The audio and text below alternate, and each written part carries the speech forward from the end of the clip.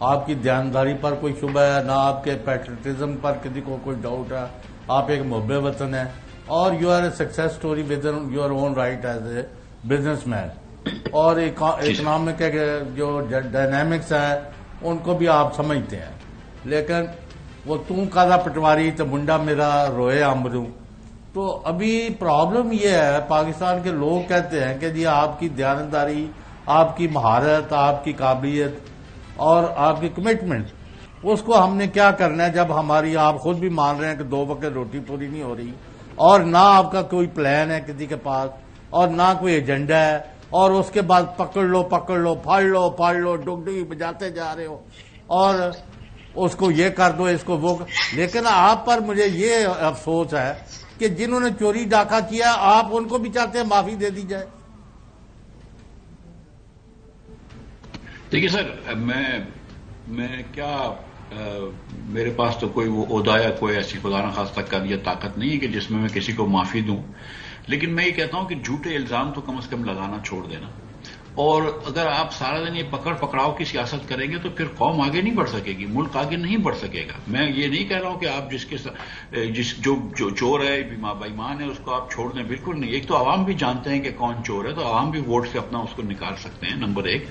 اور نمبر 2، میں یہ بالکل اس کے خلاف نہیں ہوں کہ آپ سزا دیں، لیکن آپ یہ دیکھیں نا سر کہ اگر آپ بے گناہ لوگوں کو پکڑ رہے ہیں اور ان کو ڈال رہے ہیں، جیلوں میں ڈال رہے ہیں، یہ کب تک یہ چلتا رہے گا پاکستان میں؟ مطلب دنیا کے دوسرے ممالک بھی تو ہے نا. اب آپ بنگلہ دیش کو دیکھیں، ہم سے جب الگ ہوا تھا بنگلہ دیش تو ہم سے اس کی پر کیپٹا انکم آدھی تھی. آج وہ ہم سے امیر ہے، ان میں کوئی سرخاب کے پر نہیں لگے ہوئے. یہ ہندوستانیوں میں کوئی سرخاب کے پر نہیں لگے ہوئے، وہ آپ جیسے ہی لوگ ہیں. آپ بھی جانتے ہیں اس بات کو. صرف تھوڑی سی اچھی گورننس کر دیں، کچھ چیزہ اچھے فیصلے کر لیں تو ہم آگے لے جائیں گے اپنے ملک کو. ہم عجیب پاگل پنے والے فیصلے کرتے ہیں، اس کی وجہ سے پوری قوم پیچھے رہ جاتی ہے. جو آپ نے بات فرمائی ہے کہ اس وقت سچی بات میں آپ کو بتاؤں کہ کوئی جمہوریت کی بات نہیں کرتا ہے پاکستان میں. اس وقت پاکستان میں صرف جو بات ہوتی ہے نا وہ بجلی کے بل کی ہوتی ہے. آپ قسم سے میں آپ کو بتاؤں، آپ دفتر میں جا کے اپنے لوگوں سے پوچھیں، سب کو نہ صرف اپنے بجلی کا بل یاد ہوتا ہے، ایک دوسرے کا ہوتا ہے. ایک زمانے میں جب ہم منڈے کے پیر کے دن آفس میں آتے تھے، سنڈے کو کرکٹ کے اسکور کی بات کرتے تھے. آج لوگ آ کے پوچھتے ہیں، بھائی تیرا بل کتنا آیا، میرا بل اتنا آیا، یار تیرا اتنا کیسے بل کم آ گیا، میرا اتنا بل زیادہ کیسے آ گیا. مطلب بجلی کے آپ کتنے چنگل میں پھنس گئے کہ جس کی کوئی. سر پیٹرول کی پرائسز کا بھی یہی حال ہے. مفتاح صاحب، آپ تو خالی بجلی کی بات کر رہے ہیں، یہاں پر روٹی کھانا بڑی مشکل ہو چکی ہے. انڈے، ڈبل روٹی، ٹماٹر، آپ کوئی بھی چیز نام لیں، جس کو ہاتھ لگائیں آپ کا ہاتھ جل جائے گا. چیزیں تو بالکل اتنی گرم ہو چکی ہیں، غریب آدمی کی پہنچ سے تو بہت دور ہیں. لیکن بات آپ سے ایک اور کوشچن کرنا چاہوں گا میں. اب موجودہ صورتحال کے اندر آپ سمجھتے ہیں کہ موجودہ جو معاشی اس ٹائم حالات ہیں، بزنس کمیونٹی کا کانفیڈنس کس طریقے سے لیا جا سکتا ہے کہ ایون ابھی نگران حکومت میں بھی کوئی اکنامک ایکٹیویٹی جنریٹ ہو، کوئی لوگ جو ہے ٹریڈنگ کریں. ڈالر نیچے آ رہا ہے، پہلے لوگ جو ہے وہ اس طرح پیسے جو ہے وہ انویسٹ کر رہے تھے، اب نیچے آ رہا ہے. تو کیا چیز اٹریکٹ کر سکتی ہے بزنس مین کو کہ مارکیٹ میں دوبارہ ٹرانزیکشن سٹارٹ ہو جائیں، خرید و فروخت ہو، تاکہ لوگوں کو بھی روزگار ملے؟ سر میں سمجھتا ہوں کہ اس حکومت کا جو کیئر ٹیکر حکومت ہے اور جو آئندہ حکومت آئے گی، اس کا اولین کام جو ہے وہ مہنگائی کو کم کرنا چاہیے. جو غریب کے سے ہم نے روٹی چھین لی ہے ہماری غلط پالیسیوں کی وجہ سے، غریب کو روٹی واپس کرنا ضروری ہے. اس کے لیے آپ کو مہنگائی کم کرنی پڑے گی، آپ کو بجلی کے اندر بھی نرخ کم کرنے پڑیں گے، اور اس کے اوپر جو بھی کام ہے وہ کرنا پڑے گا، جس میں نجکاری بہت ضروری ہے، جس میں بزنس کی آسانی بہت ضروری ہے، اور جس کے اندر آپ نے تھوڑا سا بزنسز کو سپورٹ کر کے آگے لے جانا ہے. اس کے اندر کچھ ٹیکنیکل پالیسیز ہوتی ہیں کہ سردیوں میں بجلی کو سستی کر دو، تھوڑی سی گیس کو، انڈسٹریل گیس کو تھوڑی مہنگی کر دو، اکراس پاکستان اس کے ریٹس کو ریشنلائز کر دو. یہ 2-4 چیزیں ہیں جو کہ سیریسلی سامنے آسان چیزیں ہیں، جو ہم نے کچھ ریکویسٹ بھی کری تھی پچھلی حکومت سے، لیکن وہ نئی فیصلے لیے، لیکن کچھ نہ کچھ مشکل فیصلے لیں گے. تو سب سے پہلے تو یہ کہ آپ کو مہنگائی کم کرنی پڑے گی. اس کے بعد اگر ڈالر جب سٹیبل ہو جائے گا، اور دیکھیں ایک ایکسپیکٹیشن توڑ دی ہے انہوں نے، ایک ایکسپیکٹیشن تھی کہ روز روپیہ ٹوٹے گا جس کی وجہ سے لوگ روز روپیہ بیچ کے ڈالر خریدتے تھے، اب وہ ختم ہو گئی ہے.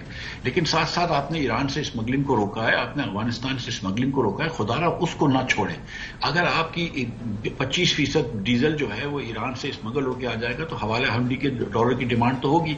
تو آپ وہاں سے یہ چیزیں روکیں. اس پورٹ سے جو تھوڑی بہت امپورٹ اور کھول دیں, لیکن کم از کم یہ اسمگلنگ کو اگر یہ روکتے رہیں ادارے مل کر تمام, تو اس سے میرے خیال سے ایک اسٹیبلٹی آئے گی, اور پھر یہاں پہ لوکل انڈسٹری کو ٹائم ملے گا.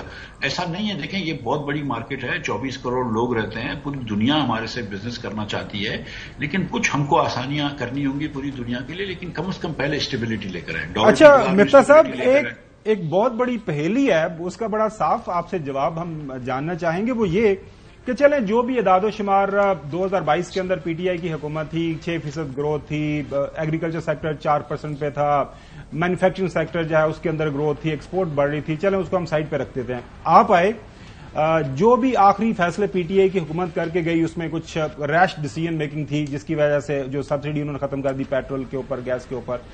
جب آپ آئے, آپ نے آئی ایم ایف کے ساتھ بات چیت کی, جو ملکی معیشت ہے وہ سنبھلنا شروع ہو گئی تھی, چیزیں سٹیبلائز ہونا شروع ہو گئی تھی.